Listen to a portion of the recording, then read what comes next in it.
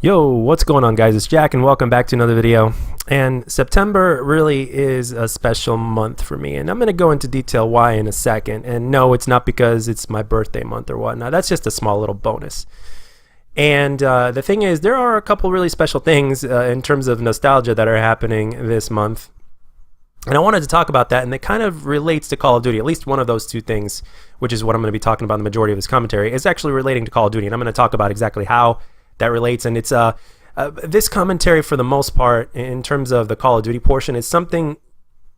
It's something kind of from my fantasy. I've touched up a little bit about it in previous videos, but it does correlate with something that really is going to happen on the 1st of September. And the thing is, I've been playing Call of Duty pretty much religiously for the last 8 years now. And for people that have been at it for a while, you know, Call of Duty, especially the old ones, the old good ones, are always going to be nostalgic. And nostalgia plays a big factor for us, especially if you're a little bit older. And I'll be 34 next month, so I guess I'm a little bit older than the average gaming community, I guess. But I don't know. But the thing is this, that the reason why I haven't exactly played Call of Duty since COD 4 is because of a little game that caught my attention before that, and that little game was Halo. The very first Halo, back when, even before Xbox Live became a thing. I mean, the year when I graduated high school in 2003, my best friend bought an Xbox. He got Halo, and then ever since the day when I went over to his house to, you know, just to hang out or whatnot, and then we got to play that, and I was like, holy shit. And ever since then, like after that, I was like, okay, I'm saving money. I'm gonna get an Xbox, and I'm gonna play Halo. And we used to link our systems together to play the multiplayer version of it, because there was no Xbox Live back then, not until Halo 2. Which came out in 2004. So Halo quickly became a thing. The campaign was great. It was a first-person shooter. It ran smoothly. It was great story, great everything. It was badass, right? And that's basically what that grabbed my attention, and that's why I was a little bit late to the Call of Duty train, so to speak. I didn't start playing Call of Duty religiously until Black Ops 1. I played some Modern Warfare 2, but I didn't get into it as much as I did starting at Black Ops 1. But with that being said, the community, especially those of us that have been in it for a while, would probably say, and I've read this, and I've even seen other videos on it, and most of the community is saying that their top 3 Call of Duty games of all time, if you don't count COD 4, and I'm not going to include COD 4 because it's already been remastered, those 3 games are Black Ops 1, Modern Warfare 2, and Black Ops 2. So that is kind of how it relates to what's going to happen on the 1st of September, so to speak. And what's going to happen on the 1st of September? Well, the Master Chief Collection, which came out like 4 years ago, released, and it was the 4 games. Halo was 1, 2, 3, and 4. And also with Halo 2 remastered or whatnot. And basically it released broken. The multiplayer version released broken. I mean, people couldn't find matches. The hit detection was way off.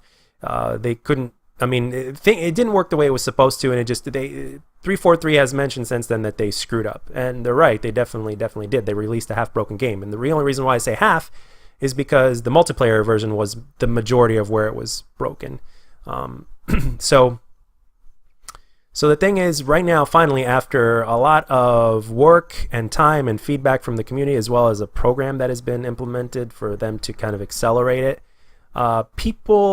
they're finally going to release this huge patch. It's going to get the game working properly. Not just that, but they've taken it even a step further to where you can, all the dedicated servers are obviously for every game going to be turned on, and where the hit detection, the connection is awesome. I mean, people that are already in the program that have been play testing it and giving back feedback to 343 saying it's great, and they've made videos on it, and they've said like how everything feels so smooth and the way it's supposed to be, crisp 60 FPS. I mean, it's great, and it's what we were supposed to get in the first place. And I know it's late, but the thing is, they didn't even have to do this. They already took a lot of shit for basically releasing a broken product, and they were working on Halo 5 at the same time too, and they really didn't have to do this, but they did. And on one hand, I can't help but, even though it's been 4 years, I can't help but, you know, at least tip my hat to them for that. And like I said, nostalgia plays a big thing, and the thing is this: Call of Duty has made, to my knowledge, a lot more than Halo. Call of Duty has gone in every single direction.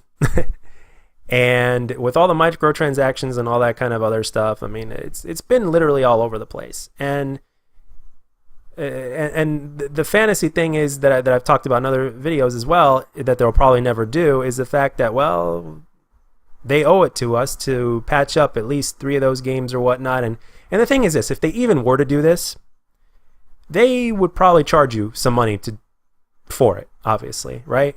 So, because with Activision, as you guys know, there's absolutely nothing for free. Well, okay, let me rephrase that, because they do some free events and stuff like that, but nothing to that extent like what they did with the Master Chief Collection. Okay, it's simple as that.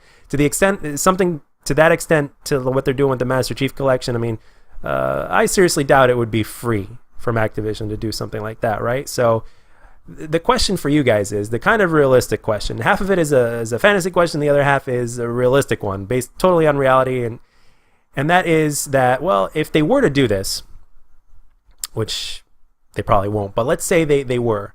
If they were to do this, would you pay anywhere from, like, let's say $5 to $10 for you to receive a fixed, updated, and patched version of one of those 3 games or all 3 of those games? Like just imagine Modern Warfare 2 patched without one-man army noob tubes and no hacks, and yeah, that, and Black Ops 1 without Ghost being the way it is, like Ghost from, like, let's say Black Ops 2 implemented into Black Ops 1. No last stand or second chance or whatever the hell it's called, and they replaced that with, like, let's say, I don't know, Stalker, and the FAMAS being patched up, and then with Black Ops 2, I mean, there's hacks up the wazoo with that game. So imagine that being patched up to where, you know, it's not hacked anymore, and it's basically like it was sometime after release. So the question for you guys is, and nostalgia, we're always going to want to go back and play those old COD games, right? But at the same time, if you're a COD fan, you're always going to want that something different, and you're always going to play, at least you're always going to try that new game that comes out. And if you like it, you're going to stick with it, and if you don't, you're not going to stick with it. And the thing is, Activision, one of the reasons why Activision won't even consider doing this, or even, you know, is because it would take too much momentum away from their new game. At least that's what they say. But I kind of don't think so, because we're always craving that something old, and yet at the same time that's something new.